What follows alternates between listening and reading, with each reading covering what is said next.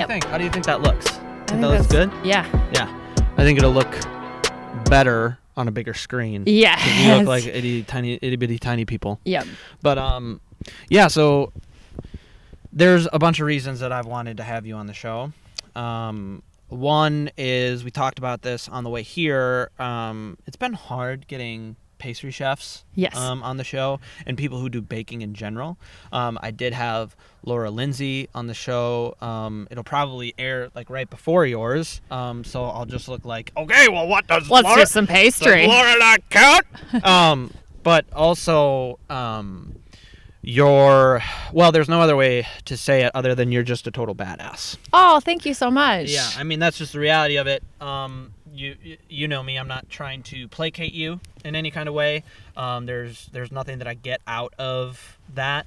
I worked with you at the Lexington, which everybody knows is kind of a hellhole, right? You watch these shows about chefs, like that Bradley Cooper did that one. Burn. Well, yeah, but there's Burnt, but then he did Kitchen Confidential. He did like a... Did he? It was like a comedy version of Kitchen Confidential. Interesting. I did not see that. Yeah, it's like it did 2 seasons, and it was good. I believe it. But it was, but Burnt is also a good example. It's like these guys are... Wolfgang Puck style. They're putting rats in the kitchen and putting cayenne in your Michelin star. You want to know what my favorite is? What? Okay, yeah. Okay, so if you have somebody on your line that you're just like, oh my gosh, I can't deal with you. You're insane. Like, you're pushing my buttons. You're moving my 9 pans. This is crazy. Yeah. You just wait until they're on the seafood station. Yeah. And then you just take one of their scallops and you slide it in their back pocket, and they're on the line all night long, and that shit's getting juicy. Oh, yeah. It's just fermenting in the back pocket. And at the end of the night, they're like, oh, I'm going to have my shifty. And they sit down and there's a real nice scallop that they just sat down on. Yeah. I just thought, my mind was like, oh, it's going to stink. But then, no. You're going to sit on it later. Yeah. And everybody's like, you're like looking at him. You're like waiting for him to sit down and feel it. Oh, no, you'll get their shifty for them in that case, where you're like, hey, you want to go outside and have a smoke, or like you want to take a little break? Like, what are you doing? I learned that trick from a French chef out of Vermont.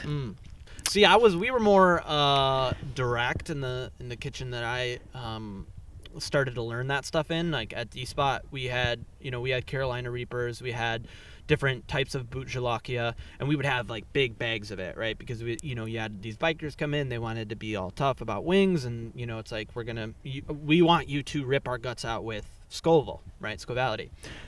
So if we had a stage or whatever, somebody who wasn't working out, or somebody who thought they were, hot shit, they were from Le Cordon Bleu or whatever, they would come in, and we would keep a pan with a bunch of the powder in it. We'd carbonize the powder, right? We'd carbonize the powder, and then, it would get like caked on, and we'd add oil, and it would be like, we'd season the pan with the fucking Scovality, and then we'd be like, hey man, can you go wash this pan for me? Scalding hot, and they would vaporize everything on the pan, and I'm talking lung damage. Yeah. It's probably assault. I probably shouldn't have put that on camera. Yeah.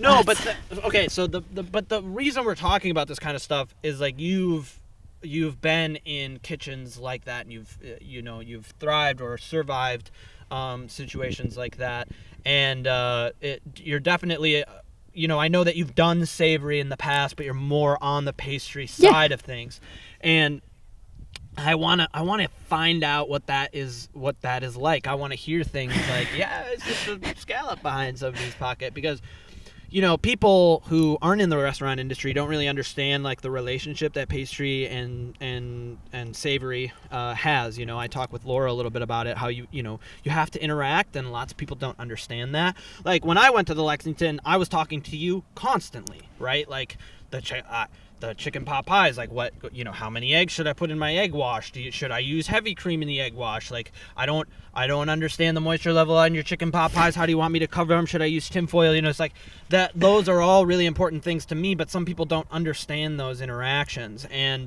but I think it's something that you got. Now, I want to talk about the Lexington. Okay. First of all, let's, here we go. I heard how you said that. You're like, let's do it. Oh, fuck. Nope. Let's do it. So, the Lexington, I think there was positives in that there was a lot of toys at the Lexington. And Yes, there was like, it was a dream kitchen by all means. 2 rationales, man. You're set up to, you can do some things that, I mean, would take you days instead of, just a couple of hours kind of thing. And how intricate the cycles are of that oven. The bread production you can do, the egg desserts you can do, that kind of stuff, where it really was like let's see how far you can really go as a pastry chef. You have every tool that you ever needed or wanted, so show me what you got. Yeah. Now, do you think that was the prerogative, like, behind kind of the difficulty or the challenging of the high turnover with pastry chefs? Like, what was that it, or was it something else? Let's see. The pastry conditions there, it was like a afterthought department. Yeah. And I really took a different philosophy towards, when you look at the numbers for a restaurant, usually pastry only makes about 2% of your sales. Okay. Which really makes you feel a little lackluster, like you're not a big part of the restaurant. Like, what you do is an afterthought. It's just, it just is whatever. Dessert's great or whatever. Yeah. At the Lexington, it was really intricate because I worked a lot with the line, where it was a lot of savory brought in. As you said, the pot pies. We did a bread service every single day. Crackers.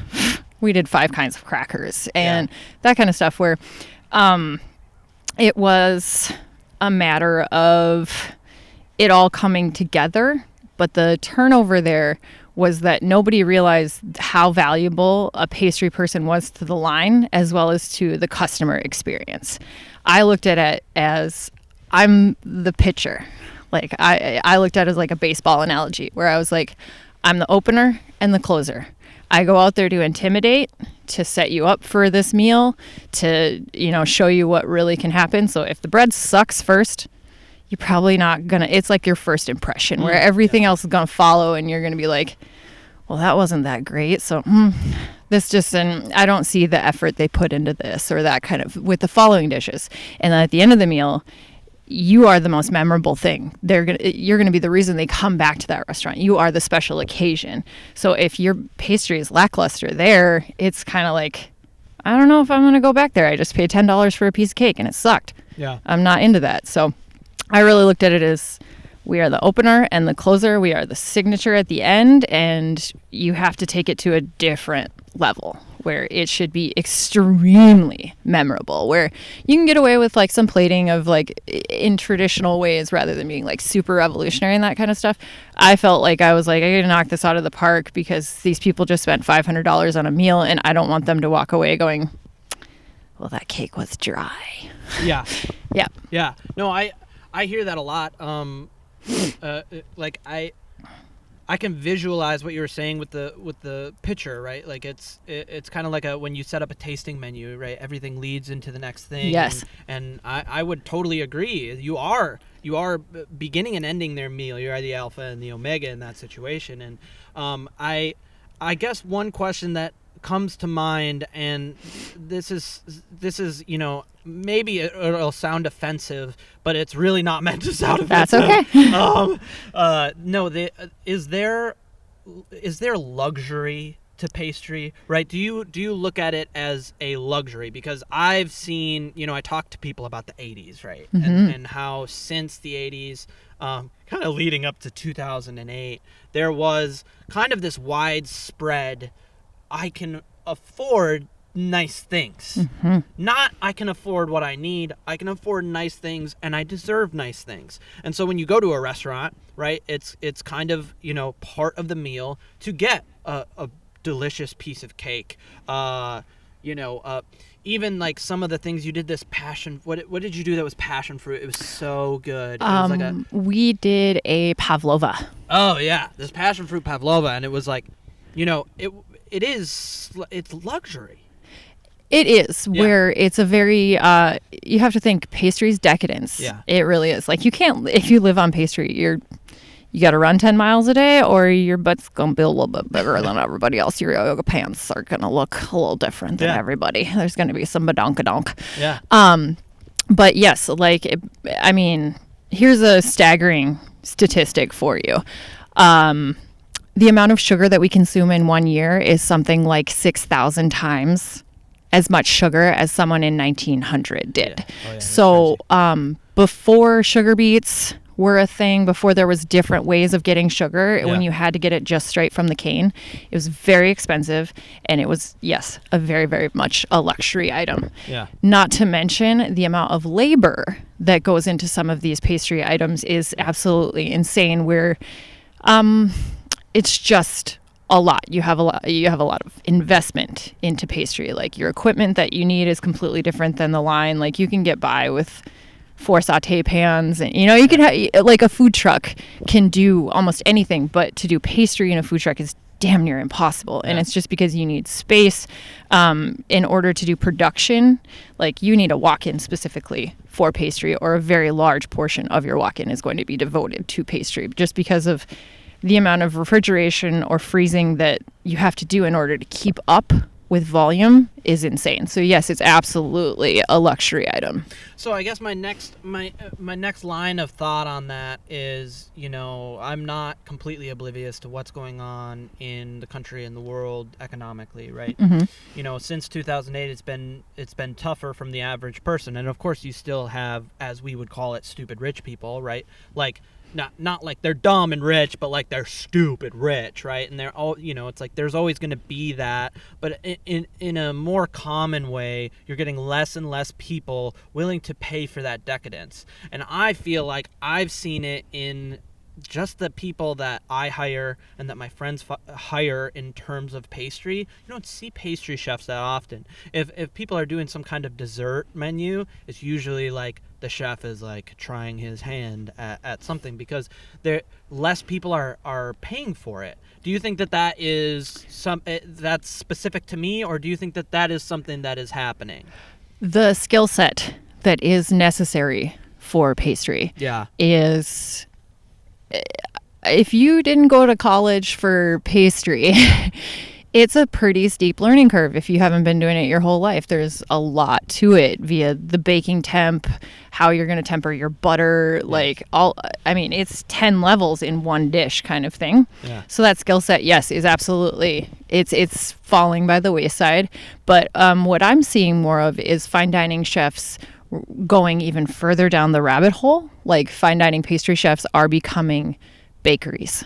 Yeah. And actually, without ado, I would like to plug one person who is 6 degrees of separation from me, but she is a mentor to me via my actual mentor that I worked with and stuff. Yeah. I brought something very special for you, Christos. One moment. Oh, God. I love surprises. Oh, God. So I made a stop at Black Walnut Bakery today. Yep.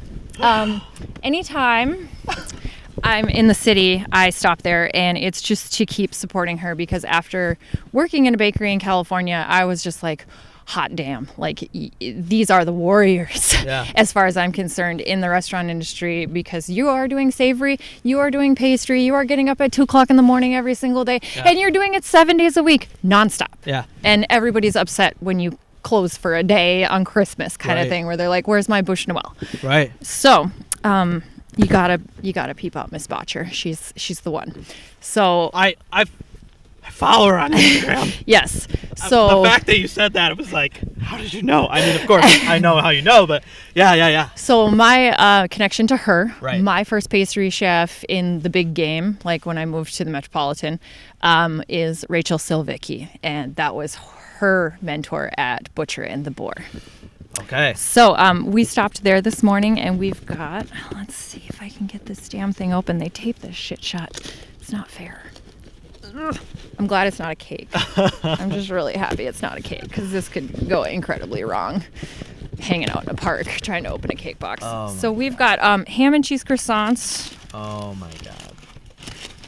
Look at this apple turnover. Yeah. Like, look at this. Oh my God. Like, I'm actually going to put that like real close up to the camera. I actually just got this turnover, not because I wanted an apple turnover, but because it was the sexiest apple turnover I've ever seen in my entire life. I mean, look at that. They are killing it over at Black Walnut, and I highly recommend stopping there, because, I mean, she's just she's been in the game for so long. She did farmers markets for so long. I'm just absolutely impressed with who she is. And I've never worked with her directly. I've always worked with her assistants or people who worked for her, and their work ethic and how they treat people in the kitchen is completely different. Yeah. And that's really why I'm like, I love Patisserie 46. I love a lot of bread and salt, or salty tart, over in the Keg and Case. Love those restaurants too, but specifically Black Walnut they're changing the game. Their prices are incredible. Just what they're doing, they're putting quality out there for something that, as you said, you've got your stupid rich people. Yeah. But this is something that's you can come in and get a pastry for $5.50 and walk away feeling like you had that $800 meal. You ordered the Dom Perignon because of the technique that she's using, how much labor, everything. I'm really, really happy for her. Yeah, she's locked in, man. Yep. Wow. So we'll enjoy that when this is over. Oh yeah, and we'll show some too. Yeah, what I'm gonna do is I'm gonna take a picture of that, and I'm gonna work it in with my post magic. I'll put it in post.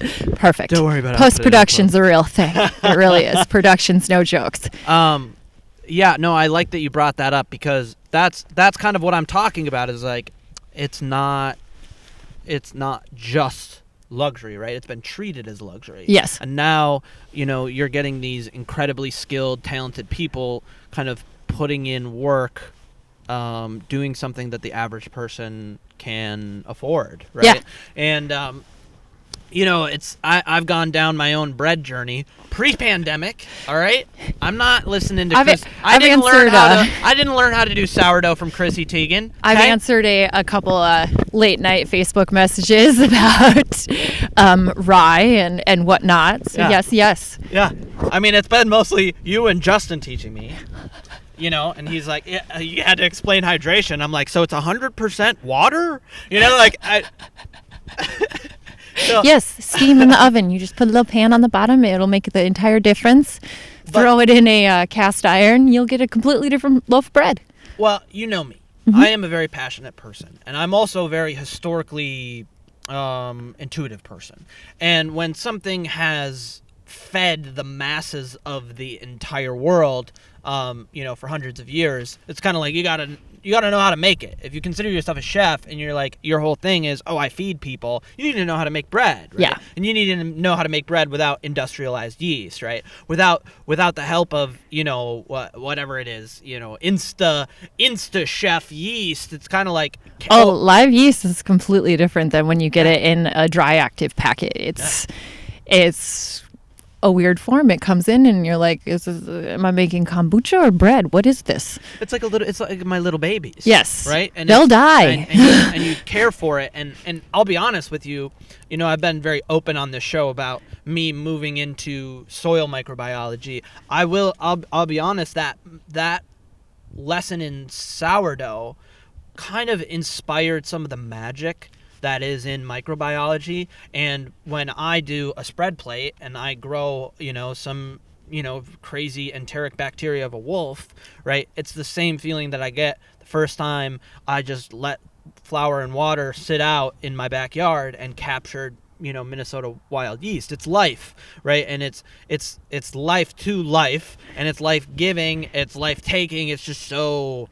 it's so integral to the human soul. And so baking in general is something that I respect incredibly. And then pastry is just this like mastery. It's brought to this like insane pinnacle that I could never imagine. Right? Like, I'm Greek, right? It's just a cake, Christos. It's just a cake. It's just a cake. There's a point where you have that failure and you have to go, it's just a cake. Yeah, that's a good point. I mean, I'm thinking even phyllo, right? It's like, you think about the amount of work that you have to do phyllo. It's just like, it's so crazy. Try streusel. Oh, and just croissants, like I mean, everything that you do, you specifically, but also just pastry in general, is phenomenal, and I think that it's important, right? It didn't arise from nothing. It wasn't just a bunch of people in a palace going, I would like 30 folds, It's like it came from something real. And when you bring things like Black Walnut Bakery out into the forefront, I think it shows that it has a real place in the future, right? Because things are tough right now. You know what I'm saying? We have places going down left and right. You know, we have oh my God, I can't think of the name. I should have written the name down. You told me to write things down. I didn't write the things down. But Spoon and Staples Bellacore. Bellacore. So Bellacore, I mean, it's like Bellacore's down, and they're doing the pop-up, and it's like, you know, it's just not the same. I mean, how could it be the same, right? How could it be the same? Like, it's what we were talking about with the Lexington. Their facility is... It's pretty much there's nothing. Nothing there. I mean, the Lexington's beautiful. You got a sheeter, you got some rationales, you got, you know, the stove and everything. Yeah. The sheeter alone at Bellacore, it's like a full laminator where it just, you don't have to go back and forth. You just send it through one side over and over and over kind of thing, where they really have things on lock. Diane is really on top of her game. Yeah. And that's the crazy part about it. It's like we're just seeing these places kind of, I don't know, just poof, gone. Yeah. And it's nice to know that there is hope for the future for pastry. Yes, I think we're going to see a lot more. What I've seen in the past couple of years is a lot more patisserie. So you've got your bakery, and they do a bread program. They do a breakfast pastry program like we have here, as well as they'll have a case with just beautiful petit-fours and different looking cakes and that kind of stuff that you can just pick it up, that's where the production gets really, really difficult. Yeah. Yeah, we're on a line situation, your actual desserts, your plate desserts that are going to go out. You've got, 7 days of food, like how you can use it within 7 days kind of thing. In a bakery, people aren't necessarily going there to buy a $10 plated dessert. They're going there to get a $5 croissant and a cup of coffee kind of thing. And then they see some truffles, or they see like... The case at Patisserie 46 always just, I could stand there for hours and I could ask John millions of questions. I have seen how many walk-in freezers are in the basement of Patisserie 46, and it rivals any kitchen in the city. No joke. Where I'm like, you have 4. Yeah. You have 4 full, huge walk-in freezers. That's insane. I mean, you get That's halfway. Insane. You get halfway down there, there's stairs to go downstairs into where these walk-ins are and stuff. And they have a full, like, sugar spin room and a full chocolate room and all of that.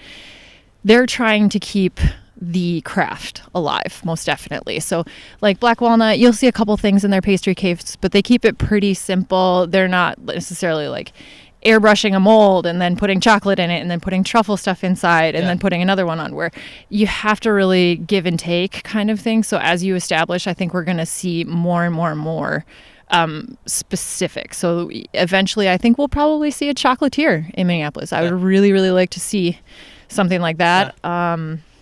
You'll see a Frenchie, mood chocolate, move back up here, guy. You'll see a lot more of that kind of thing, but it's going to be really specific and niche. And I think a lot of that has to do with they don't want to work in a fine dining restaurant anymore. They don't want to work those long hours. They want to do their craft, but do it on their playing field where they are, and they really carve their own journey. Whereas, like I said, you're only 2% of sales in a fine dining restaurant. Yeah. It's way cooler to be 98% of sales, and we have some pretzels I dipped in chocolate over here, and I've got savory 2% kind of thing. That. So I do think that it's not going to get lost by the wayside because of all these fine dining restaurants closing, but I think we're going to see it in different formats and in different platforms. Okay, well, that's good to hear, and I like, there's a good segue in there about what people have to deal with in the fine dining industry, but not only in the fine dining industry, in restaurants in general, right? From fast casual up to what we did at the Lexington, there's problems. And I think we should take a short break and then break into that. All right. Sound good? Let's do it. Cool. So welcome back to Minnesota Well Done. I'm here with Monaya, right? And it's the whole reason that I wanted to have you on the show is because you've been places. You know what I mean? A few. Like I didn't just grab somebody off the side of the road and like, can you make a croissant? Like, get in my car. We're gonna go out here. It's like the things that we're gonna talk about on this show are from people who are like in the restaurant industry. Yes. Like not in the restaurant. They you know, it's like the whole Bain thing, right? Like you were born in it, molded by it. It's changed you forever, and that's why I want to have you on. So let's talk about some of the places that you've been. I met you as the head pastry chef at the Lexington, but yep. Yeah, tell the people where you been. Okay, so let's start at the very beginning. I started making pastry about 7 years old. My grandma got me my first cookbook. The first pastry I ever made was a souffle. Oh wow! Yes, this is a great story. I actually just thought of this, and I was like, I should go into this. Yeah. So I was a really active child. I was really loud. I ran around. I broke a lot of things. Yeah. Probably had ADD right off the bat, kind of thing. And my grandma was my mentor. She was damn near my mom because my mom is like a hardcore entrepreneur and was constantly working. She would take us to every business that we owned and that kind of stuff. So I saw all of that too. But my babysitter was my grandmother, and she really, you know, instilled ethics, morals, and taught me a lot of skills. So she got me a cookbook. It's called My First Baking Book, if you want to check it out. It's a very advanced children's cookbook, to say the least. You do not put a souffle in a children's cookbook. There's laminating in this cookbook. It is Wow. insane. It's absolutely a magical book. Yeah. So I went through it, and there's a section called Big Deals, which is like the hardest stuff in the book. Yeah. And I said, I want to make this. And it was a Australian souffle. Yeah. And my grandma thought this was the most genius thing. 'Cause she's like, when you make souffles, you have to be quiet. Otherwise, it will explode. Yeah. It'll just fall. Yeah. So she told me, we whipped it up. We did like the eggs and separated and everything and made it, whatever. And she put it in the oven, and she's like, now you have to be quiet. I sat in front of that oven like it was a freaking TV. Yeah. Like I was, oh my God. Yeah. And that was kind of my beginning, and it just kind of went crazy from there. So I went to college for political science. I was going to be a lawyer. Walked into law school, walked out the same day. Yeah. And then I moved to Tahoe just a little bit after that with this guy. I went skiing for 2 weeks, and he was like, do you want to move here? And I was like, yeah, awesome. Yeah. Started working at a coffee shop, dealt with the owner doing some weird sexual harassment shit. And I was like, nope, never coming back here. Don't ever want to see your face again. Thank you very much. It got to be like rent time, and I was like, I don't know how we're going to pay this. I'm not a lifty. I don't know, like, my background. I've always owned a business where, like, people don't really want to hire people who have only worked for their family. They're like, oh, well, that's just nepotism. That's why you got your positions there. Right. And unless they really know you or have seen your journey, it's kind of like they'll just grace you over. Yeah. So I was like, okay, what can I do? And I was like, I can make organic candy. I'm in California. These people go crazy for organic crap. Let's do this. Yeah. So I started an organic provisions company, and I had, I think, solid 30 clients. I was grossing really well. Yeah. I mean, I paid my rent. I bought ski passes. I went to Burning Man. I did really well. Yeah. And then after about 3.5 years, my relationship with my partner kind of fell out, and I saw myself as having enough skills to go on. So I just kind of relinquished everything and said, you keep it all. Good luck. Yeah. The amount of phone calls I got about frickin' chocolate were insane. Yeah. Oh, I bet. And I kind of just let him run it into the ground and went and did other things. Yeah. So then I moved back to Minnesota. My first like super fine dining experience, because I was always in the dining room. Yeah. My family made it a huge deal because I was like a little chef kid that they'd take me to any Michelin star I wanted. They were well off, so they could do that kind of thing, which was really nice. Yeah. Not everybody has that opportunity, and I'm extremely grateful for that. I want to definitely peep that out. Thanks, Mom and Dad, for everything that you did for me. It's not always the case. Yeah. So I worked at this restaurant called Tutto Bene in Bemidji, Minnesota. They're kind of a big deal. They do usually make the top 10 in Minnesota. Yeah. The owners used to work for D'Amico and Sons. they just recently bought the restaurant when I had moved back from California. Okay. And I walked in and told them my story. I absolutely love making pastry. I do this and yada, yada. And they hired me right on the spot and let me run their pastry program for 5-6 months. And then I went to a fish show in Washington, and they were not so happy I took 2 weeks off to go and tour around and hang out and just have a really good time. Yeah. So I worked my other businesses that I had up in Bemidji for a little while. And then I was like, you know what? I really want to go for it. It's on my bucket list. I want to be an executive pastry chef at some point in my life. So let's start going in that direction. So I came down to Minneapolis. Oh man, I must have made like 25 different trips to find a job in an apartment. I was sitting at Third Bird. If y'all are familiar with the Third Bird, a couple of my friends were coming over from Lurcott after dinner. Yeah. And there was 2 posters on the outside of Third Bird. You had Il Foro, which was this very red, white, and black Russian constructivist meets Art Deco poster, and it was Jack Riebel on the bottom and all of that. And I was like, well, that looks pretty cool. And the bartender was like, well, have you seen this one? And it was an octopus with like a noddle, like a Navy underwater helmet on. And I just looked at it and was like, underwater steampunk land? Yeah. I don't even care about this Art Deco shit over here. Nobody cares about that. I'm going here. Yeah. So I walked into Four Bells and I sat down with the front of the house staff, and they were like, we love you. Come and wait tables. And I was like, no. I make pastry. Yeah. And they're like, let us go get Rachel. Yeah. And I met Rachel Silvicki, who is Sarah Botcher's protege, basically. Yeah. And we were kind of 2 peas in a pod. We'd listen to the same music.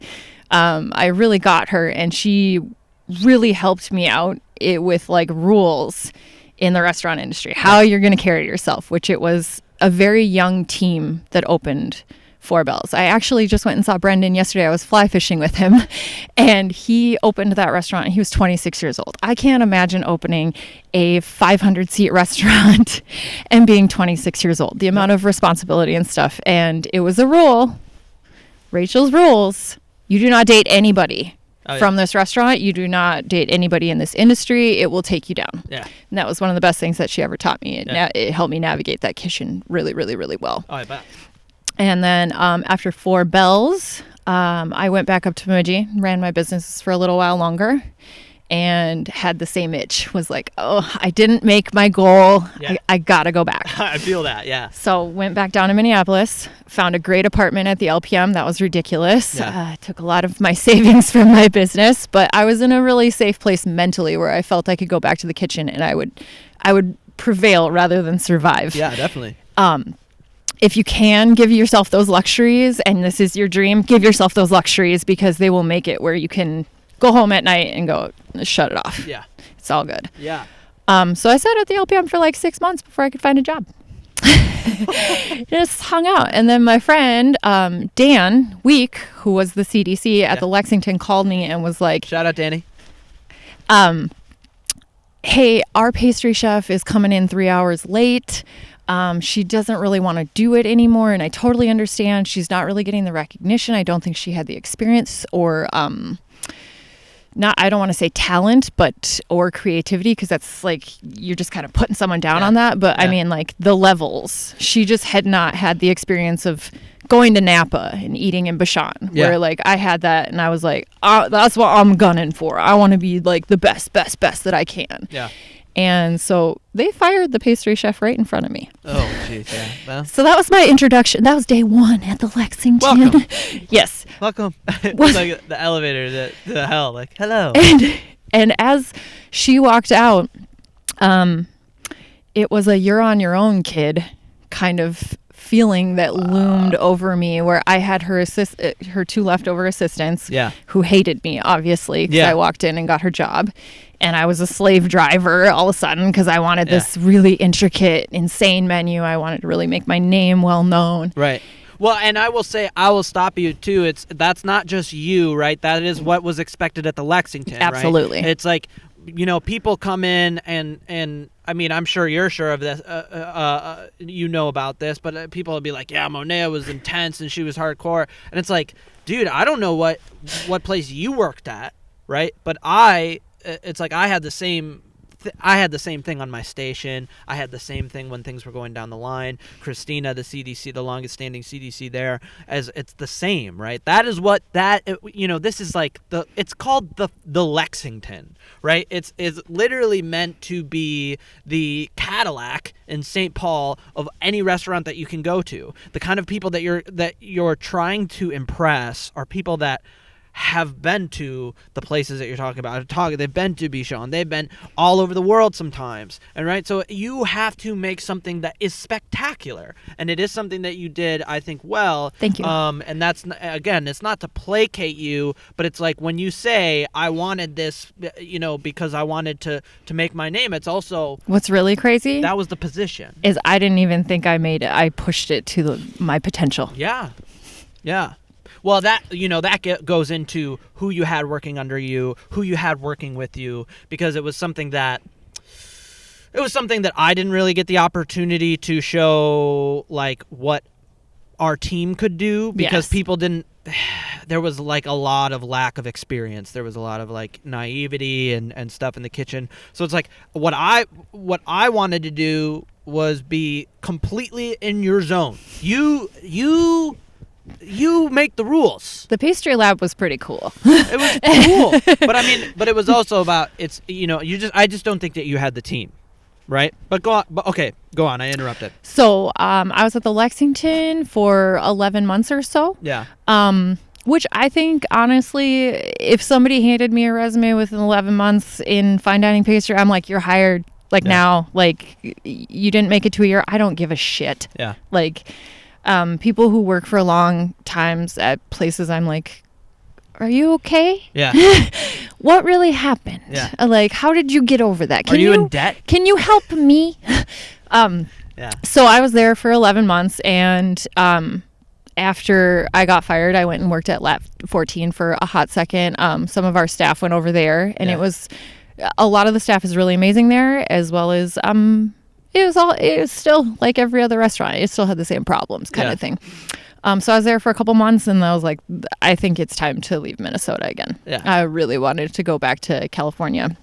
So another one of the things on the bucket list was I would like to be a pastry chef in Tahoe. Yeah. And that's, if you know different game. If you know anything about Tahoe, it's a different game.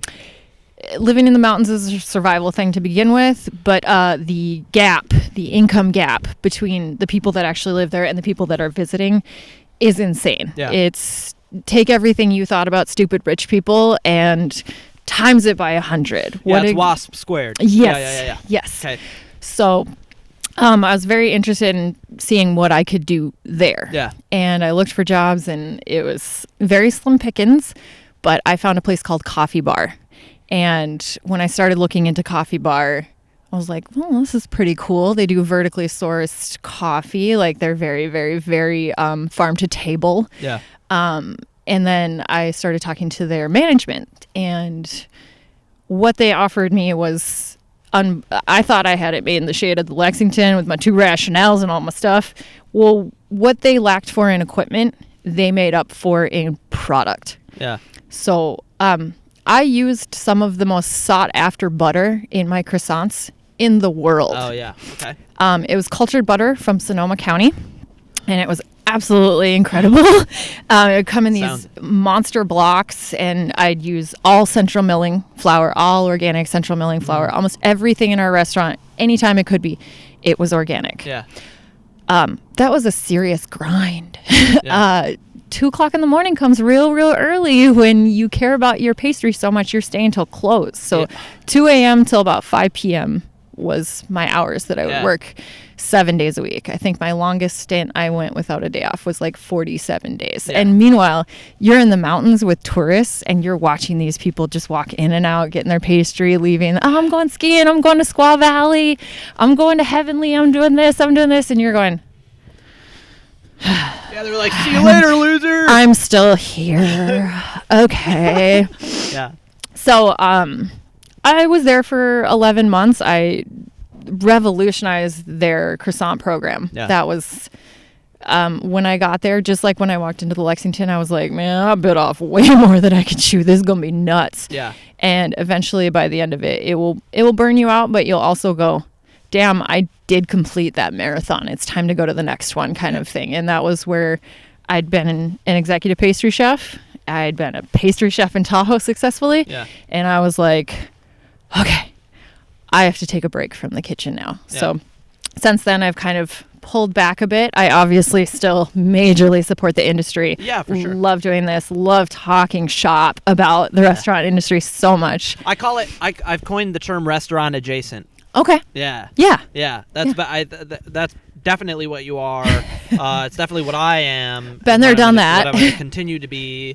And that's why I think you're such a great guest for the show, because I have, in the last, I guess it's 2 years now, time flies.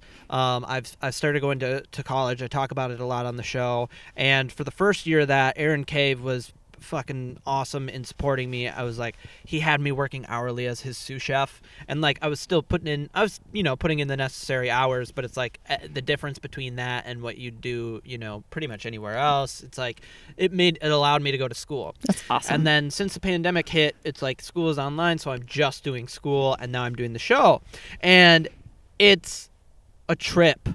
It's more than a trip. It is an absolute journey just to get emotionally okay with the fact that I'm not in that situation all day, every day anymore. And when you contacted me about what you're doing and you want to talk about, what life after, it's like life after kitchens, right?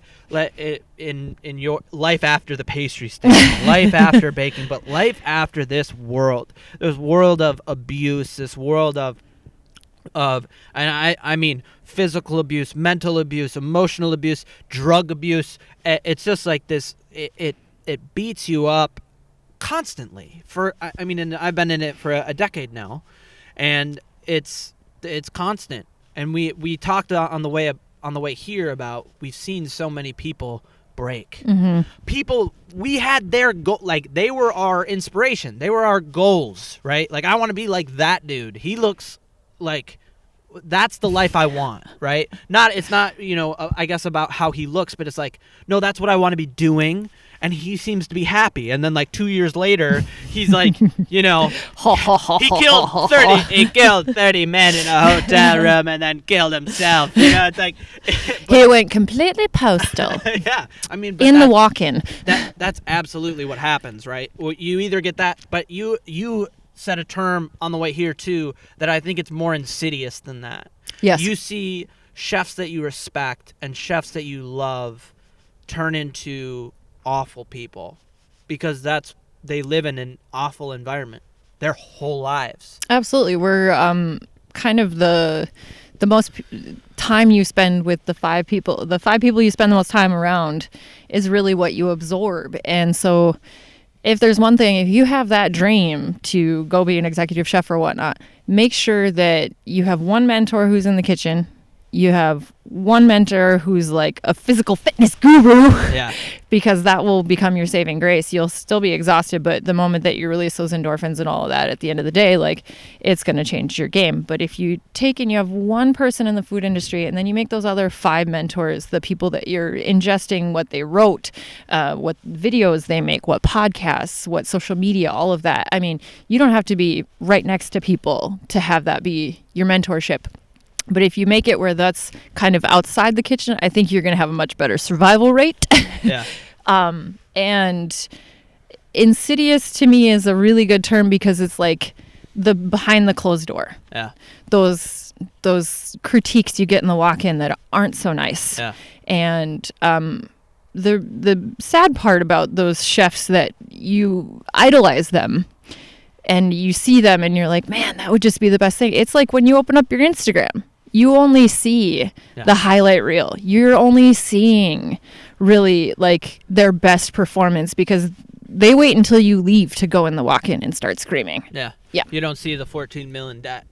Yes, absolutely. You don't see the backside of what it took them to get that Audi or to get that big house. They got it because they had to literally sign their life away for a very high price tag, and pray to God that they survived. You know, I agree with that. I mean, I definitely hear what you're saying, and it goes even farther than the material for me. Like I've seen, I'm not going to mention their names because I still talk to them, and they're my good friends. But I've seen chefs that like they were living the lifestyle that I wanted, right? Like drugs aside, it was they were actually feeding people. They were doing the farm to table thing, and they were making it elevated at the same time. They were making enough money to survive, and they were getting accreditation nationally, accolades, right? yeah. It's like that. It was like they were doing the poor man's job at a level that was just like unbelievable to me. And the reason it was unbelievable to me is because it's not logical, right? It's not. You only saw the highlight reel, right? It's not set up. It's not. Or yeah. I mean, like in terms of, I lived every day with these people, but there was a time stamp, right? It was kind of like you ever play Final Fantasy. There's like a doom thing above your head. You have 8 turns until you're dead. You can't do anything about it. Yes. Right? But I didn't see the doom clicker, right, until I saw it happen to like 4 or 5 people that I really idolized, and I had gone through all of this like just shocking shit, like really terrible things that changed me as a person. And then I realized, oh, this is how it happens everywhere and all the time. A really good buzzword that I was thinking is like it was just on the tip of my tongue too. But yes, it is like a time thing where you 9 lives so many times where you didn't have to see what it took to get calloused to live that for a couple years, where like that abuse, all of that stuff, you can deal with it. Oh, normalize. Yeah. Let's normalize. Can we say that term a few more times? Like, let's hashtag that shit. Normalize. Yeah, that'd be like the title of the episode or something. Abuse is normalized in kitchens. It's part of the job because we work so hard with flames. We work with blades. We work with people that are sometimes nefarious. Yeah. And you just go, oh, that's normal. That's part of the industry. Yeah. That's that. So in fact, we go a step farther, and it's like, no, that's how I know that you're a cook, is because you've been through that. In fact, we wear it like a badge of honor. Yeah, it's like, I probably a couple times this morning while we were kind of like getting set up and stuff, you probably noticed that kind of mentality in me where I'm like, yeah, I fucking spent this amount of time with this dude, and he bashed my skull in with a pan. And Get your head out of your ass, chef. Yeah, and I was like, I take pride in it, a weird sense of pride in that. I survived that. Yeah, we flip it on its head, and it's like ultra marathon runners where you're like, you got to be batshit friggin' crazy to do that shit, but it's some sort of accomplishment, I guess. Like what is produced at the end, you're like, damn, that took a lot of production, that took a lot of labor, that took a lot of thought and energy, kind of thing. So I completely. It's been nice talking to you today because I miss the community of the restaurant industry. It's like when what do they call it, trauma bonding. I'm really glad you brought that up, because I was going to tell you one of the biggest things about chef retirement that you miss is that team. I absolutely. I mean, I'd have hell days where I walked in the kitchen like, I'm going to go bash my head into a wall. Like, this is horrible. And my pastry assistant, Justin, he'd be there 20 minutes before me. He'd have the dubstep freaking raging and just be going to town. And, hey, Chef Monaya, how you doing today? I'm so happy you're here. Where, like, that little person under your wing, like we always say, like, oh, I'm gonna tuck you under my wing and I'll protect you.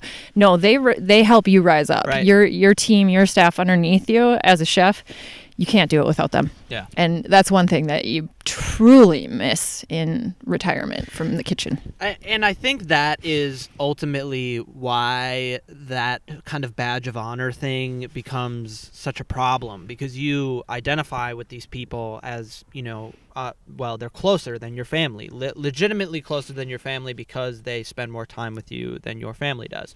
You spent, I don't know who it was, but one of my other guests kind of laid it out, and I think people lay it out all the time, but it's like all the holidays, all the nights, Yep. all the weekends, all that time that you're spent, like people who aren't in the industry who watch this show, all those times that you're spending with outside of your job, we are spending with these people, and we get these like real close relationships where then if it's like this person has turned into, the spawn of Satan, I have to be proud in the way that he or she does those things, because that's my dad, basically. Yeah. Or that's my mama bear, or whatever it is. And it's I think that it changes, it morphs, and that's why I say that insidious word is such an important word, because it really starts to poison everything, like that abuse, and that it's unsustainable. That's what a restaurant is,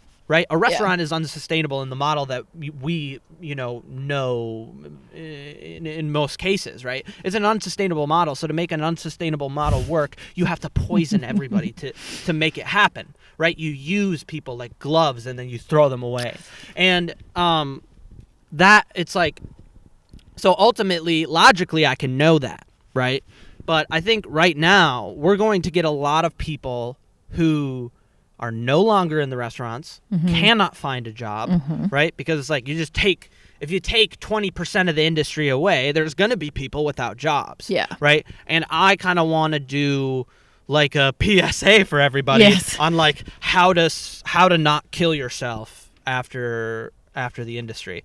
Let's take a quick break and let's go more into detail about like your life, my life, post-industry. I mean, it's only been a year for me, but it's like you're doing crazy awesome things and you're very happy. Yes. Like, I can see that you're happy. Yes. So let's take another quick break and then we'll get right back into it. Let's do it. You're getting good. Oh, yeah. 29 episodes. Damn. Yeah. That's a lot. That's a lot of work, too. It has been, yeah. Especially with this fucking school, man. That's some ruthless shit, dude. It's ruthless in a different way than the restaurants is. It's like, It's mental game instead of physical labor game. Yeah, I mean, the mental game in the kitchen is something to be said too, but you kind of can, after you've been there a while, you're like, I'm on autopilot. I got this. I got, 2 well-dones, freaking 2 medium rares and 4 rares. Oh, you calling veg over there?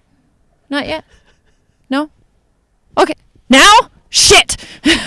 Well, yeah, it's very much, it's much more slapdash and like constant, well, at least on the line, right? Like, maybe it's slightly different in pastry, but there's always these unseen circumstances that you have to overcome in the kitchen, right? Oh, yeah. Yeah, and like, so let's say, I'm getting all this shit prepared, but my, the guy next to me just shanked himself with an oyster shucker. Actually, it was me who did that, but I'm saying like you were 1 of 5. Don't worry about it. The chef next to me is like, okay, that guy has to go to the hospital. Now I got to pick up his station too. Yeah. Shit. Yeah, and it's like, okay, now how do I organize that? So it's like it's completely different from school where you do not deviate from this plan, right? Like this is there's no syllabus in the kitchen. Yeah. You got your prep list, and that's going to be the closest thing you've got to syllabus. And even when you complete that and you're like, my day is great, I'm going home, I'm feeling good, some party's going to come in and be like, well, we want a dessert and we didn't order it. Yeah. And you're like, fuck, what do I have in my freezer? What do I do here? Like, so, yeah. Or your cooler, like, for instance, I just want to go into some of the problems because it's like I think that it's important to show the skill set that you have once you get out of the kitchen. So like one thing at the Lex, right, were those fucking tortellinis, right? And Christina was always hand doing them because she was the best at it, right? However, there was a couple times where like the cooler went a little too hot, right, and they started to come apart at the freezer. I mean, the freezer, they just started to not be frozen and they fell apart. And it's like, okay, I'm gonna be here until 4:00 in the morning folding tortellinis that I already folded, right? And the reason I bring that up is because in the school situation, right, with this whole pandemic thing, everything has been changing, and I've just been I've been calm. Yeah, your adrenal glands are thanking you. Yeah, and everybody's like, I don't know how we're supposed to do this, and I'm like, some of that like abusive, prideful kind of thing is like, I don't know, man, dude, figure your shit out. Yeah. You know, like you're on this organic chemistry team. We actually have a great team. But you got to figure your shit out, dude. Yeah. Because we're here. Hold on. Yeah. You know, it's kind of like I talk about it like a bucking bronco. It's like eventually you just get good at holding on. Yep. And like just like I said, you're on autopilot where you're like, okay, oh, so yeah. I guess the nice thing about college, like for me, I was like, you get a syllabus. Like Yeah. you do X, Y, Z, you follow the plan, you're getting a good grade. Yeah. As long as you put yourself into it, kind of thing. Occasionally there's some ups and downs. Your computer might die or something. You might lose your job or something that causes you some stress, but it's never like a daily thing. Yeah. Yeah. Oh, that's another crisis mode is averted. That's a good point. It is absolutely daily. It doesn't matter. Like there's always something new to fuck your shit up. Oh, yeah. You cannot prepare for a day in the restaurant, at least at the level of like the Lexington. There's just too many moving parts and there's too many problems. The moisture content is, slightly different in the air today, and so it's going to take this an hour longer. Can't make candy today. It's raining. Yeah. Damn it. Yeah. And we're back. Fantastic. had a small technical difficulty, and we're getting right back at it. So, really where it cut off is we were talking about like the constant revelation that you're unprepared every day, and it's like it starts to really tax you. But that gives you also this skill to kind of really deal with any problem. Improvise, man. Improvise. Yeah. Duct tape it together. Yeah. Call it good. Yeah. I've got this in the freezer. I'll use that. Hold on. As well as I think you become more prepared from those situations too, where there was a point where we had a party at the Lexington and I had to make something like 150 oatmeal cookies. You know how many oatmeal cookies I put in the freezer? A lot. 2,000. And that was something that Rachel Silvicki, like her bread.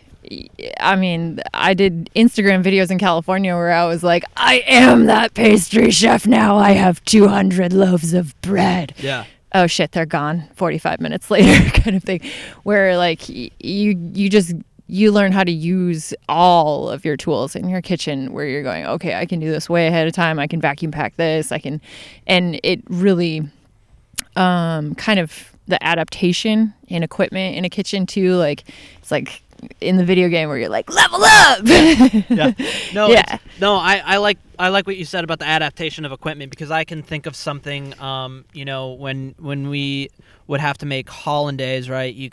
There's a bunch of different ways to do it, but like the classical way to do it is on a double boiler, right? Mm-hmm. But if you sometimes you don't have that kind of time. If you got the skill, you got a deep fryer, you can just pop that bowl right in the deep fryer and fucking do it in, a minute and a half. Now, are you using a whisk or a burr mixer?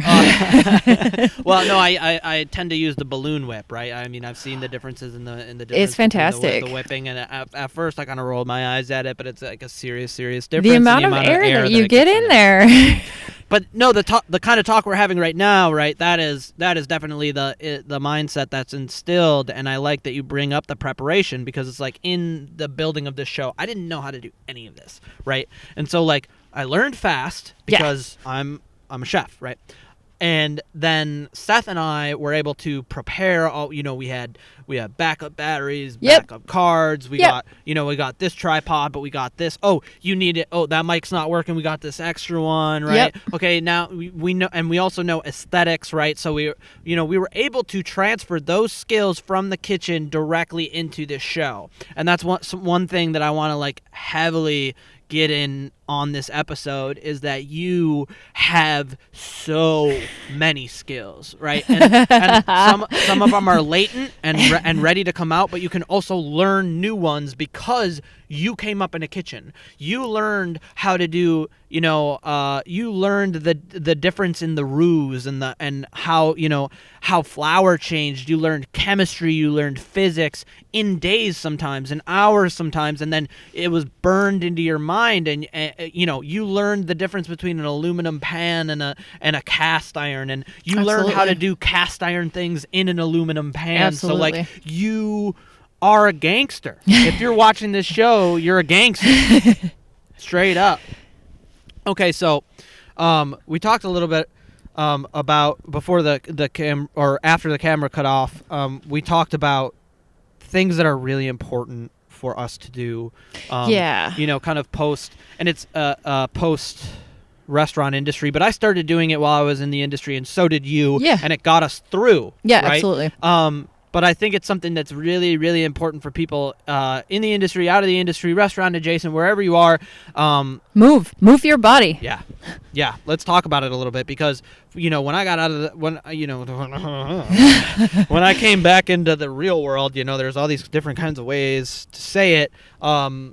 Lifting was a big thing for me, and I was lifting heavy, and I had these goals for how much I was lifting, and I was like eating healthier and healthier. Not as healthy as I am now, but there was like one main issue at the time, right? And I was trying to lift 3 times my body weight, I went down the deadlift rabbit hole, right? And there was this giant dude at the Y who came over to me.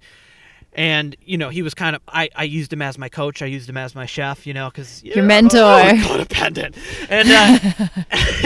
And, but he definitely, he mentored me a little bit on just, form and stuff like that. And then, like, one day I got frustrated. I'm like, I don't know why I'm not improving. And he's like, I'll tell you why you're not improving. Yeah. Right? He's like, I can smell the cigarettes on you right now. And you need to quit smoking, right? If you want to get to this next echelon of lifting. And, right? So, in all these different ways, working out made me healthier, but me wanting to get healthier to work out was just kind of like it was a paradigm shift for me. And I've had different experiences like that while I work out, and where the want to get better at the task that I'm doing, right? Like running, right? I want to run longer. I want to run better.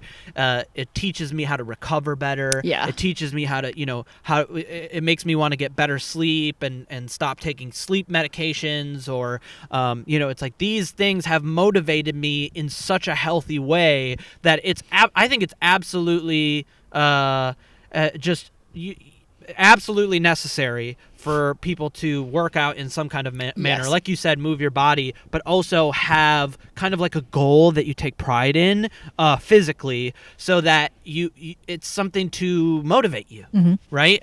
Instead of, you work in this, especially if you're still in the restaurant industry and you just worked New Year's, right? And you've been there for 15 hours, right? And you did all of this, crazy, you did, 4,000 covers, some crazy number, right? And it's 3:00 in the morning and all your family is at home, cheering and having a good time. And then somebody comes over and goes, your station is fucking disgusting. You're fucking disgusting. You need help, right? Somebody get this man some help, right? But I'm saying, like, that's a goal that can never be accomplished, and then you can go and you can work out and you got 20 pounds more on your sometimes whatever. You just need that win, man, to get you to the next one. Like, even if it's the tiniest little thing. And we're talking about physical fitness. I mean, I'll talk about rest in the same way. Yeah, where absolutely. Having a rest goal is something in the restaurant industry where it's like, no, I'm not staying here past this hour. Yeah. This is it. Yeah. And I think if more chefs did that, it'd be a healthier industry. I do, where you just go, nope. I mean, I'd be at the Lex from like 7 a.m, and sometimes Fridays, Saturdays, if we had parties and that kind of stuff, I would stay until 9 and help Jason plate and stuff. And by 9, I was pretty dumb. No joke. Like, Jack would always come down and say, man, you're punchy. You gotta go home. You're getting real punchy, Monaya. You're weird. Yeah. You gotta go. And I made it a point. There was probably maybe like a handful of times that I stayed all the way till close, but I would make it a point that it was like 8 o'clock would roll around and I'd be like, wrap it up. Like, today is over. There has to be a breaking point where give yourself that breaking point within your career, like within your day, within your profession, before you as a person break. And I think the physical fitness, just taking care of yourself better and having that boundary call of like, no, I still it's like the put your mask on first kind of thing. On an airline, if the freaking fuselage breaks open, Yeah. you're trying to put a mask on everybody, you're just going to pass out. Yeah. So make sure that that person is always taken care of. And it's in the restaurant industry, you'll feel a lot of guilt because we have been normalized into thinking I'm not as hardcore as, Jim down the line because he worked 3 more hours and his station is so much cleaner and more prepared than me. Yeah. Well, maybe he has 6 more years of experience. Maybe he, had every ingredient that he needed to make every single one of his preps for that day kind of thing, where like it's a completely different situation. If we recognize we're each individuals, we each have our strong suits, we each have our amount of rest time that we need, or our self-care, which we're just going to go through the pop culture of terms today, normalize self-care, all of that. Self-care is not necessarily going to Lush and spending $100 on bath bombs. It's really not. It's it's 9 p.m. and I have been here since 2:00 in the afternoon, which that's a short shift, but you still go, I'm only good for 8 hours. Right. Like my production level goes after that many hours. Let's just save the restaurant some money. Let's save me some grief. I got to go. Yeah. Yeah. I mean, I think it's about setting healthy boundaries, right? But it's also, I say it all the time, and people are like, "We get it, paradigm shift," but it is. It's like you have to change your perspective a little bit on things. Like it's just a cake. A big turning point for me was when I was at the Lexington, and this is late in my career, right? And I was like, there was a salmon. And the way that we seared the salmon at the Lexington wasn't skin. It was, you seared the flesh. So you had to do it on the French top, and it had to be the oil had to be really, really hot. And there was one salmon that I screwed up, right? And I was like, fuck this, like I'm over it. It's, it's like this. It was me. Like I was not good, right? It was like I was identifying with that piece of salmon, right? And Nick, right? Nick Cardo? Yeah, Nick came over, and shout out to Nick, because it has been life-changing. And like he talked to me, for a little bit, because it was like I was clearly like short-circuiting. So he's like, what's going on, right? And I'm like, I'm not working enough hours. I'm not here enough. I'm not, at the position that I want to be. I'm not grinding hard enough. Yeah, and I've been doing this for a decade, and I'm still a fucking, line cook. And I had other positions, but at the time it was just like burying myself in self-deprecation. And he was like, none of that validates you. No. He's like, you are not the hours that you spend here. You are not the quality of food that you produce, right? You are separate from that.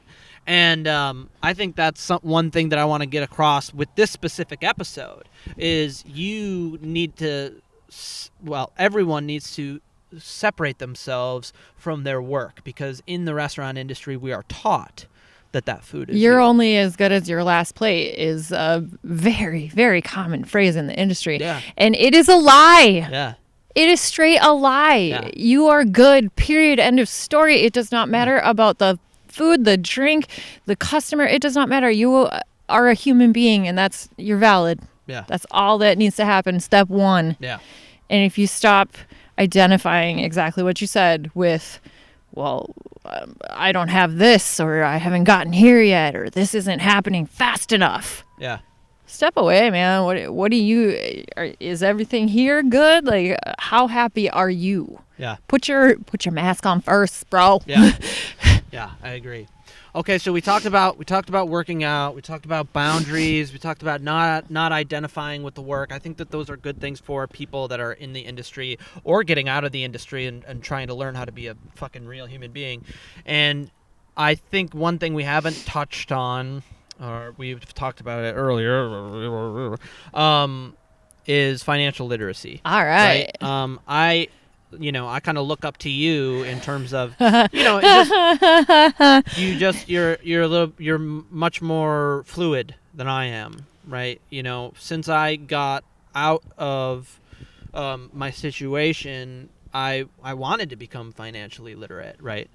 and I wanted to be better with my money that I had, right? I think one thing in the industry and one thing that I practiced for years and years and years was a starving artist mentality. I don't have any money, right? And that's okay. And I'm never going to have any money, so I don't need to know how to use money, right? And now it's like you saw the whip that I pulled up in. Yeah. Right? It was brand new, and that's because I've just moved my credit around in the right way. Yeah. I'm not making more a year than I was, even prior to going to, it's a different situation, right? Like, I have used the tools that are there in the proper way, and it's given me things, and I'm able to pay for things for smaller amounts of money sometimes on credit, right? That's what I was just going to say. I was like, when you learn how to use debt, yeah, the money game changes. Yeah. 100%. Yeah. Because most people are taught to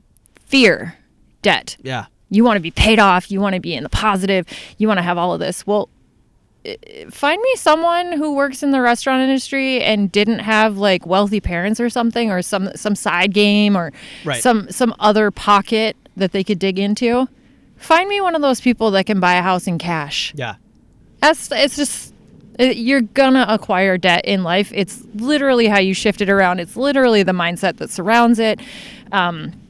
You're not gonna get super far without doing that, because you're gonna have to tap other resources, and whether it's a debt to a person, a bank, it's still debt. Yeah. So and debt shouldn't be thought of as this evil, hellish thing. You can really shift it around and really use it. You can refinance it. There's so many things that you can do with it that it shouldn't necessarily be looked down upon.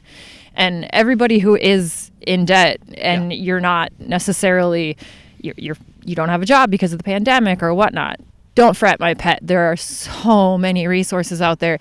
You have every single skill that you need to get ahead. You just have to change that mindset, where if you go, okay, I'm actually going to take some time and learn about it, it's a game changer. I mean, you've said it just now, where like I pulled up in a whip I never thought I'd have. Like, I'm really moving forward in my life. I'm going to be able to pay for school. I'm going to be able to do other things, kind of thing, where absolutely it's just, you got to save that 20% here or there. And when you start, if you can work kitchen ratios into financial literacy, it's going to be, you're going to go, oh, okay, I can relate. I can totally relate. I need a backup. If I do this, I have some for the future, kind of thing. Or like my favorite thing to relate kind of financial literacy to is like a starter, like a bread starter. Okay.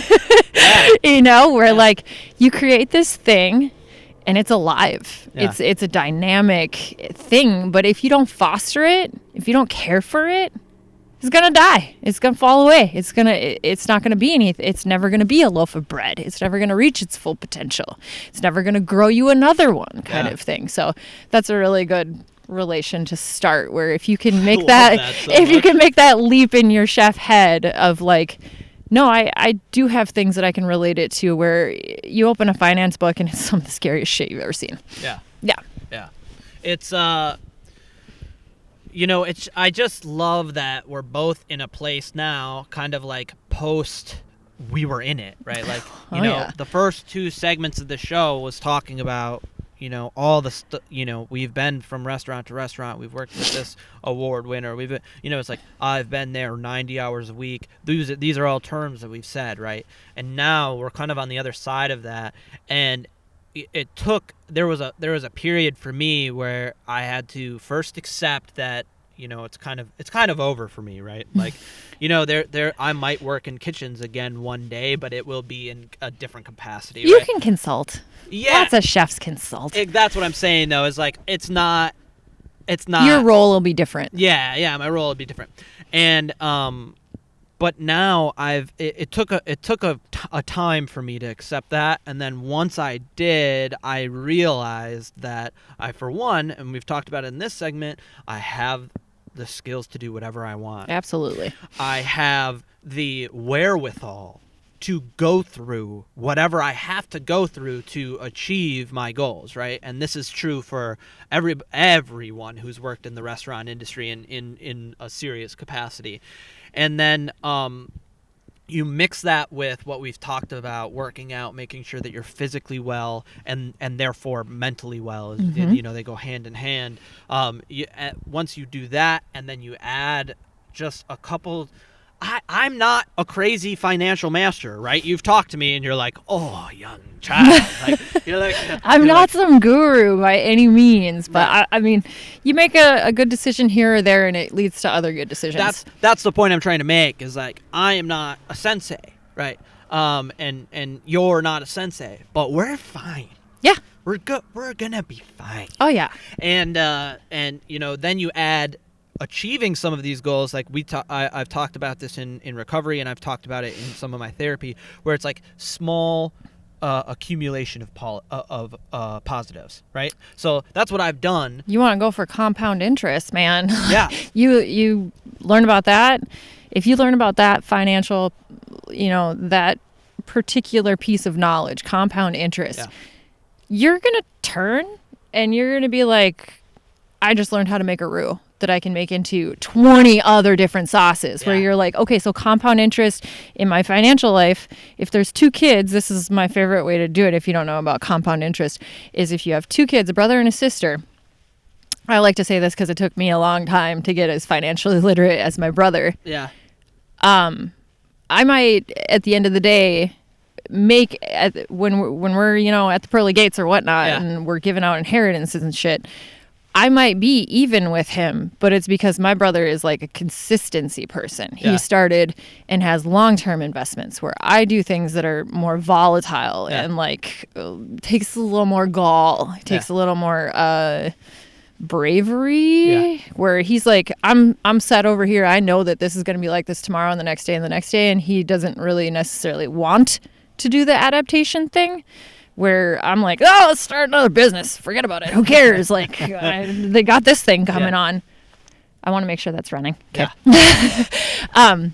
But compound interest in itself, I mean, the tortellini. Yeah. If you make 50 tortellini every single day, and that's the first thing you do when you get in the kitchen, and you deposit, we'll use that term, you deposit that in the freezer. Yeah. And you just keep stacking it, and you just keep stacking it, you just keep stacking it. The only thing that sucks about tortellini is it doesn't grow interest by itself, kind of thing. But like on the farm, your plants are going to come to seed. They're going to have another crop, as well as potentially someone in the kitchen sees you making these tortellini, and they figure it out, and they see you doing it, and they join on your team, and then that's when the snowball starts rolling down. You're like, okay. Yeah. So if you can apply compound interest to like most parts of your life, including lifting, including all of it, it adds up. The little, exactly what you said, the micro steps add up to be the big steps. Yeah, I mean, that's I guess you could say that I've been doing that in just literally everything in my life. You know, I turned the corner about 5 years ago, and it's been, you know, at first it was like, you know, learn how to effectively use public transit, and then it was get a crappy car, and then it was, you know, make sure I have 0 things on my, you know, insurance, so my insurance is less money, and now it's kind of like accumulated into this thing where I can get the nicest car that's the safest, and now it's cost just kind me of money. growing on its own kind of thing. It where is totally has growing taken on its on own. a life of itself, where you'll say like compound interest can't necessarily apply to unsustainable things, because compound interest just works, you know what I mean? Like, it just does its thing, kind of thing. But the strength that you grow and all of that, it is like compound interest. It is growing. You just don't see the tangible evidence of it. It's kind of like when somebody around you is losing weight slowly, you know, and then they've lost like 60 pounds in a year, and you don't notice, and then like and somebody who hasn't seen them for a year is like, oh my god, it's so crazy different. As well as they're going, well, I got to go to the gym, and you're like, damn, they're out the door, shoes on, like they're just naturally doing that. That is the compound interest. That is the, you know, the gain. There is that, like, I'm gonna slightly interrupt, because that brings up a big point that has been great for me. It was great for me in the restaurants, but I've learned more about it outside of the restaurants, is the subconscious level of habits and how to deal with your habits, right? Smoking was a big one for me. It was something to tackle. It was a problem, right? But since then, it's like learning how to change the idiosyncrasies that are on the lower level, on the primal level. They're not things that I think through. Once I started to do that, I realized literally the infinite possibilities of what I am able to do. And so I actually think that this is a good place to stop it for this episode, because we've talked about really, I think, a good care package for everybody that is on the other side of the restaurant industry, right? It's get out, move your body, right? Especially if you're unemployed right now, that's one of the things that you can do, and it's great, right? Learn about financial, just get financially literate in some respect, right? For me, it started with just researching how credit works, right? And talking to a couple people that I knew that had decent credit, and then it ballooned. It got Compound interest from there, and then learn about your habits, right? I think meditation is great for that. There's a lot of different apps and stuff like that, and then separate yourself from what the restaurant industry is. Do not identify yourself with your career, because then that's the first step, right? You can't do anything until you do that, because once you do that, then you can go, oh yeah, I could make surfboards. Yeah. Right? Or, it's like, oh, I have all this hanging around and I'm really good with computers. I have a friend who does like 3D imaging now, It's like there's so many different things that you can do, and you have all these skills, and life is kind of there for the taking. You have been through some of the worst situations possible in these kitchens, and it's time to have a better life. Yeah. Monaya, thank you so much for doing this with me. Absolutely. Thank you for the baked goods. Thank you for the good conversation. It was absolutely wonderful. Should we tell them why we're out here? Yeah. Okay. That's probably the one thing that I'm like, we kind of grazed over why we're in the middle of nowhere in front of this big ass truck. Yeah, definitely. Let's go for it. So after I left the kitchen and stuff, this was someone that I met midway through, and I would go to Cars and Coffee, and my skill set as a chef really lends its hand to this, because it's like maintenance of equipment. It's like you never know what's going to happen. I mean, I told you last night I was testing a heater, and about 3:00 in the morning it cut out, and it got real cold right away, kind of thing. So it's one of my design creative. I'm a brand ambassador for them. That's the technical term that we use, but it's kind of all over the place. But we're out here repping this. This is my post chef thing. This is kind of my. This is where I get my kicks. Yeah. As a chef, still. Yeah. Pretty much the only time I cook and share it on social media and that kind of stuff, I'm on the front end of the truck. Yeah. Kind of thing. I've seen that, and it's beautiful, and it's a gorgeous setup that you have. Go on. Which I think if you're out of work from the pandemic, get yourself a Coleman burner and go give yourself a challenge. Holy shit balls. You will be absolutely impressed with what you can pull out of your sleeve as a chef, where you're like, the first time out, you're going to be like, well, I've got to bring, cherub tomatoes, and I've got to consomme them first. And and once because my first couple of videos where I did with this, I was like, yeah, that's a bare ass steak. There's no like béarnaise or butter even on that. Like, oh, the rice is crinkly. Like, And now I'm like, oh, no, we're going to do kebabs. And then after the kebabs, I'm going to bake a cast iron cobbler and all of this, where like go out. You can really, I think that's how I still live vicariously as a chef, So I still eat pastry all the time,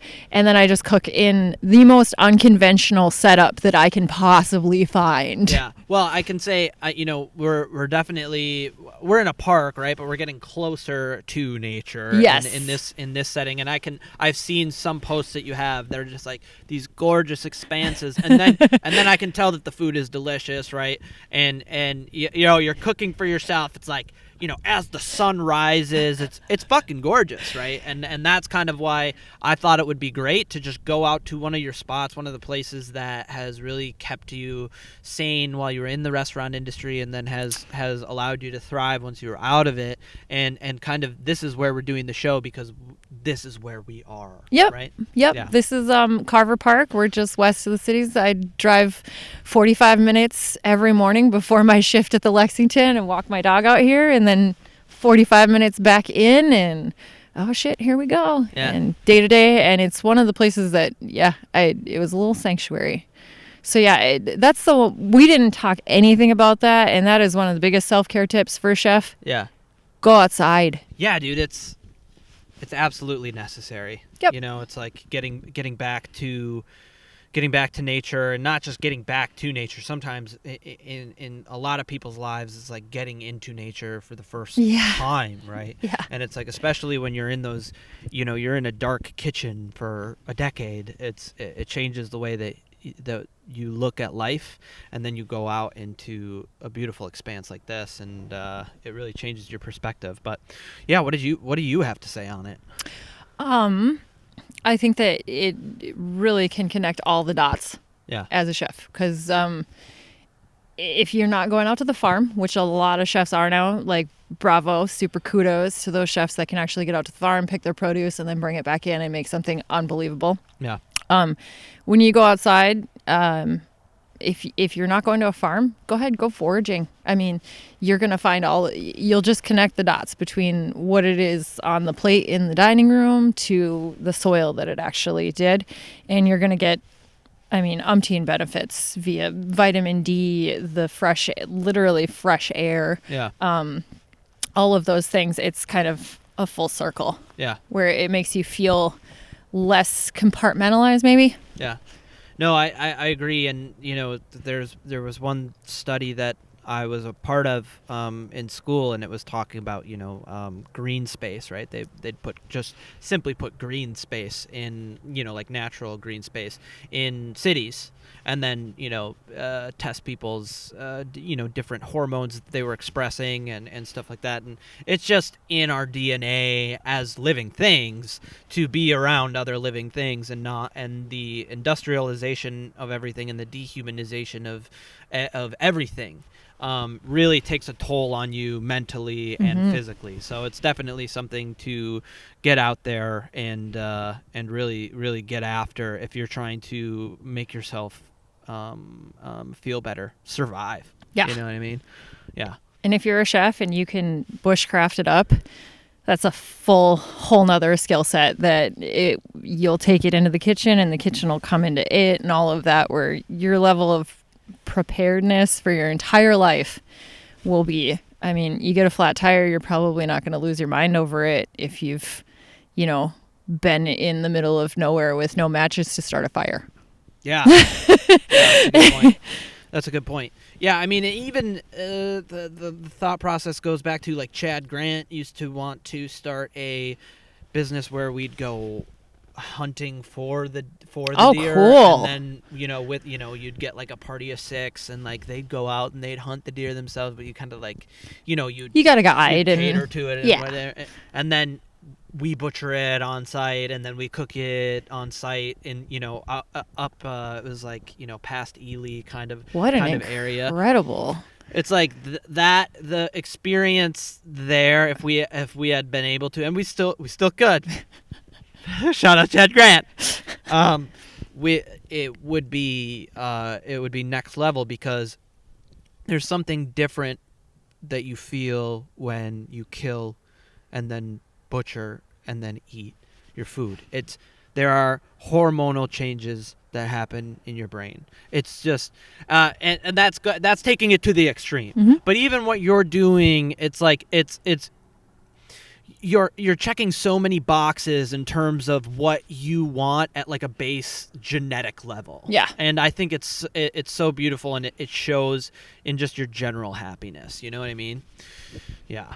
Yeah, so I think that this is a good spot to stop the show. I would definitely want to check in with you and have you back on the show one day, and we could even do. Do you want to do a bushcraft segment? Should we do some cooking outside? Yeah, that would be so awesome. That'd be so awesome. And then we could go somewhere different, have different scenery. It's like there's the possibilities are endless. Just like everybody at home, the possibilities are endless for you right now. I know it's been 2020 was tough, and 2020 is looking rough, but it's like there's so much that we can do. So thanks for watching. This is Minnesota Well Done. Thanks for having me on. Yeah.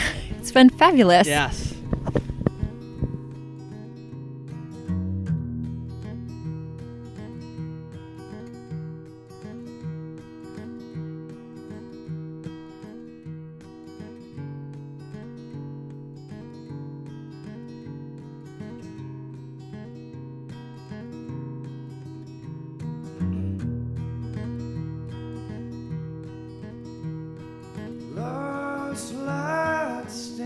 My heart, lovers remember my old home sun burning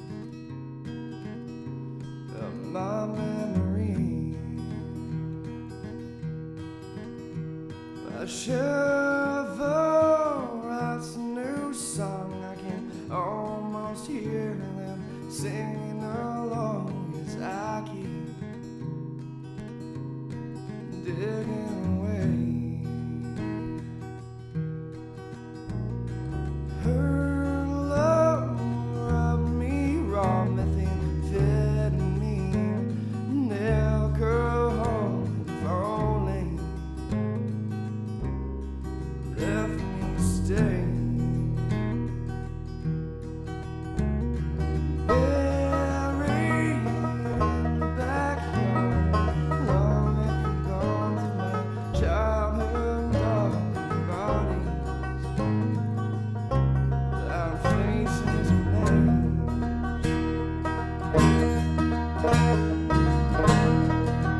Some of them were my friends.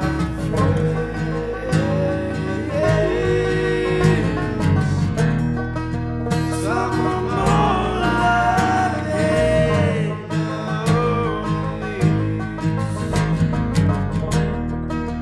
Shouldn't matter now to them.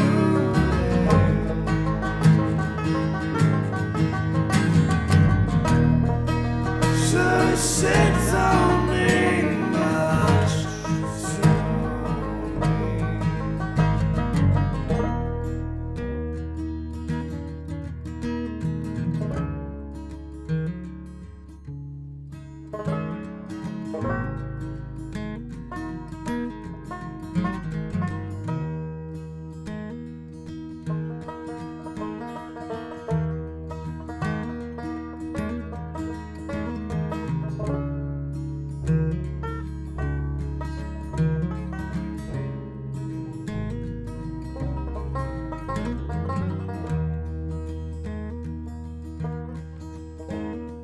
Last night I took apart most everything in your garage and got myself some dollars and cents. Taken off to St. Paul, and I will surely spend it all on Hope Street, the last house on the block.